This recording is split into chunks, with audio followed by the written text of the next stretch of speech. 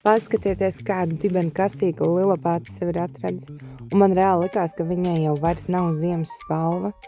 Un tad es ieraudzīju to milzīgo dredu. Un tad man palika kauns. Bet ļoti labi, ka viņa pat risina savas problēmas.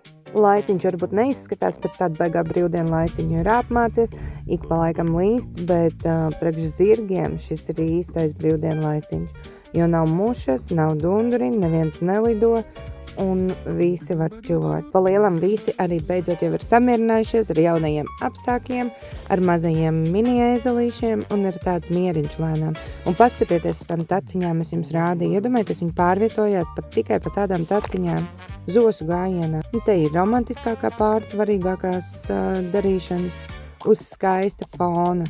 Kas var būt skaistāks par divu vīriešu mīlestību? Jāiziet pastīties, es tikko ievēroju, kas viņam tur pie kājām. Izstās pēc kaut kāda milža čināra. To vēl nevar zināt, kas tas tāds ir un kurš viņu tur ir aizvilcis. Bet, kā redzams, katram ir savas ļoti svarīgas darīšanas. Visi ir aizņemti. Un mazais bulkamāts ir atklājis dzīves patiesību, ka šādi ēst zālīti ir daudzreiz vieglāk nekā stāvot kājās pagatā. Kirsīts arī ir ļoti aizņemts, viņš man atņēma apaušas un tagad mēģina viņas iznīcināt. Un vēl mums ir iezīmējusies neliela problēma, ka mazais rīžais kraukštomāts, plazmainais, ir kļuvis nedaudz par savvaļnieku, jo viņai pēc tā plazmas pasākuma ir nelielas problēmas ar cilvēkiem un uzticēšanos. Tā bija tur brīžam.